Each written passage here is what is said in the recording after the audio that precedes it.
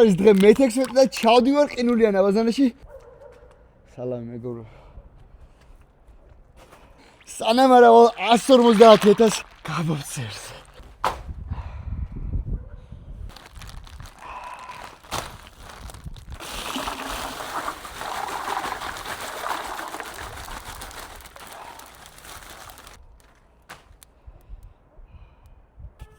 არიქანე მაცუდი.